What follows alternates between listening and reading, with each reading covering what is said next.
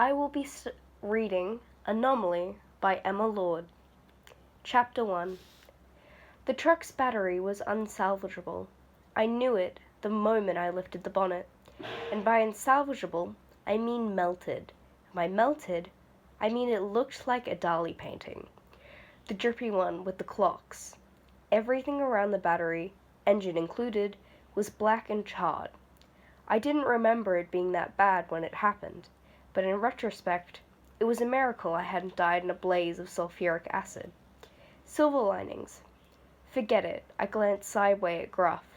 It's stuffed. Griff wasn't listening. His gaze was trained on the rise beyond the woodshed, where mist crept between the scrubby gums like a living thing, silent and secretive. The fur on top of his head stood up in scruffy tufts. His rust-colored beard was flat where he'd slept on it.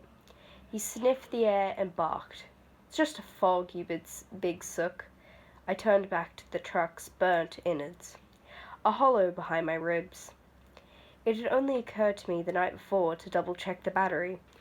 The idea had come in a flash, as the storm raged outside and lightning flickered across the ceiling, and static swept my skin. If the battery wasn't completely shot, if the truck could be revived, the task ahead would become infinitely easier, safer. Unfortunately, nothing short of new parts, an actual mechanic, could fix the mess in front of me, and I had as much chance of finding those as discovering the truck had sprouted wings. Well, I slammed the bonnet shut. Drips like fat tears rolled down the windscreen. So much for that idea. Gruff shifted beside me, his tail thwacked dewy grass so long it obscured the truck's tires. We could continue this spotless rampage. His bright brown eyes seemed to say, or, and this is my preference, we could eat breakfast. I pursed my lips and glanced across the yard. Puddles dotted the gravel track leading down to the barn. The landscape beyond had been swallowed, the trees, the lake, the mountains, obliterated by the pale tide that had rolled in before dawn, blanketing the farm in white silence. Fog's no good for visibility, I pointed out, not above grasping at straws. Maybe we should wait. Griff clocked his head to the side. You're right. I shoved my hand in the pouch of my hoodie and glared at the truck's battery hood. I hate it when you're right. Griff lost interest. I watched him pick his way through the grass to pee against the side of a woodshed. An old lead to that resembled something a kid might make out of a paddle pop stick. I blew out a pent-up breath and beckoned him towards the house. Come on, then. I trudged across the boggy yard over the porch. Griff bounded past me, a galley shadow as tall as my hip, as long legs and paws he was still growing into. But it was the rack of his ribs that caught my eye, visible even beneath his scruffy coat. I shivered and hunched my shoulder against the dawn cliff. He was right. I'd waited long enough. Too long. We were out of time.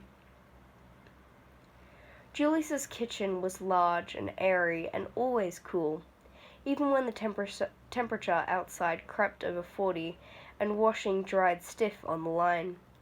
At one end, an old brick fireplace, which Julius had painted white and stuffed with cookbooks, stretched from floor to ceiling. Thin dawn light spilled through the French doors beside it, revealing a scuffed wooden dining table and mismatched chairs. I padded past the table. Gruff followed behind, his claws clicking against the lino. Fog filled the windows above the battered metal sink, a solid white square in the kitchen's gloom. The bench beneath was a sea of clutter, piled with chopping boards and crockery, and souvenir beer steins stuffed with utensils. The shelves above were just a carameled Latin with floral patterned teacups, old decorative plates, and a pair of ceramic salt and pepper shakers shaped like burglars. Burglars? All the ornamental crap Julia had collected like a bowerbird, coated in a fine layer of dust. Stringy cobwebs hung from the corners of the ceiling.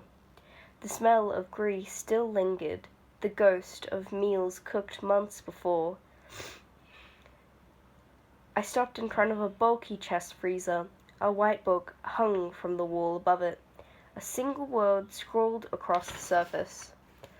Wednesday. I lean against the freezer to wipe Wednesday away with my sleeve.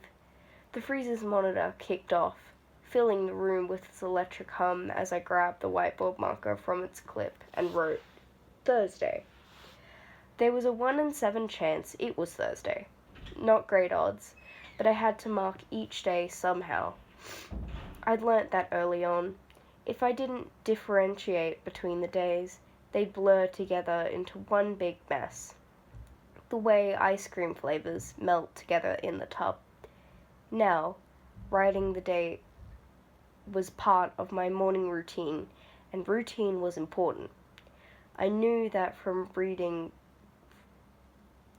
having read Julius's collection of self-help books from cover to cover. Routine was a great way to manage anxiety.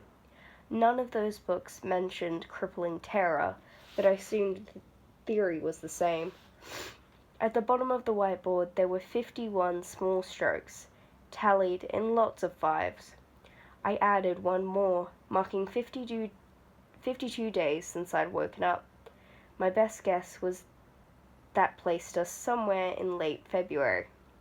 That made sense of the storms and the yellowing poplar along the lake. Dad always said that meant summer was at its end. The whiteboard had a lined section for making lists.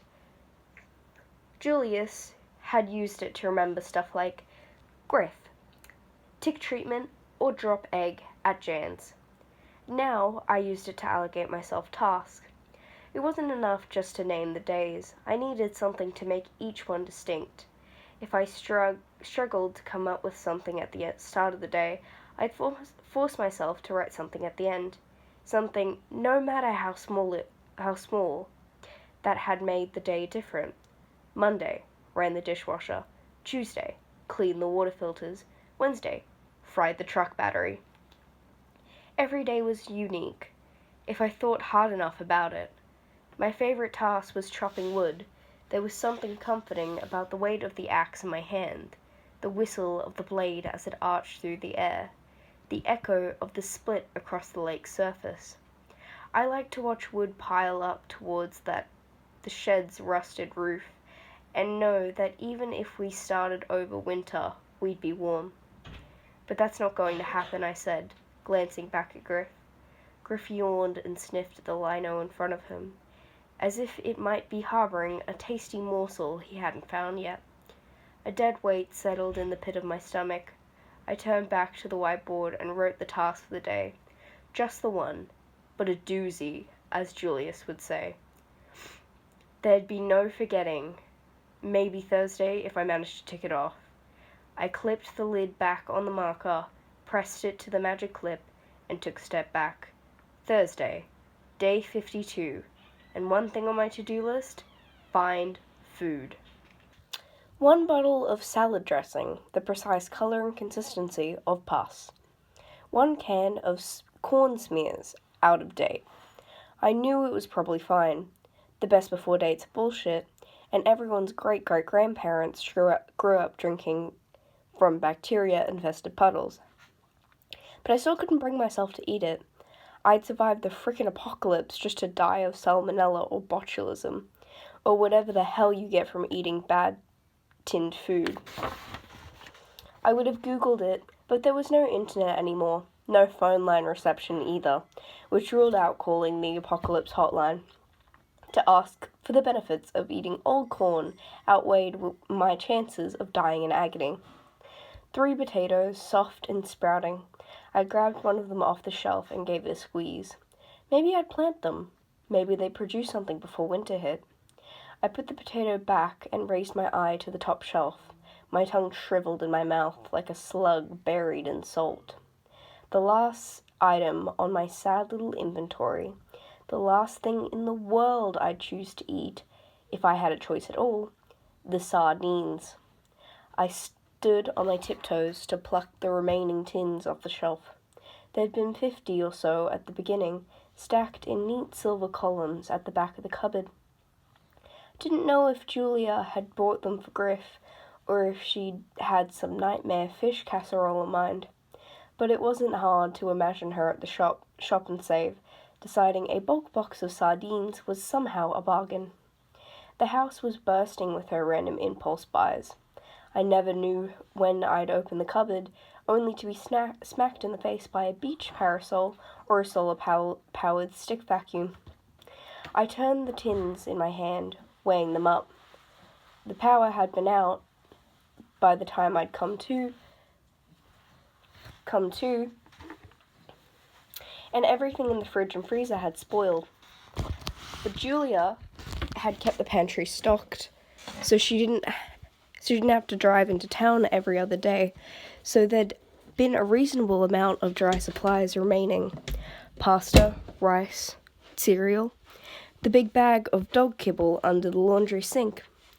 I'd made it last as long as I could, but ever since those staples ran out, we'd survived on sardines, and 50 cans had become 40, and 40 had become 30, and I'd promised myself I'd go before we hit 20, before we hit 10. Now, 3 tins remained. I placed them on the bench, and Griff stambles to his feet. His tail thumps, and a fast beat against the cupboard. He licks his chops, and slobbers drip to the floor. Splashes as big as raindrops. Griff loved sardines.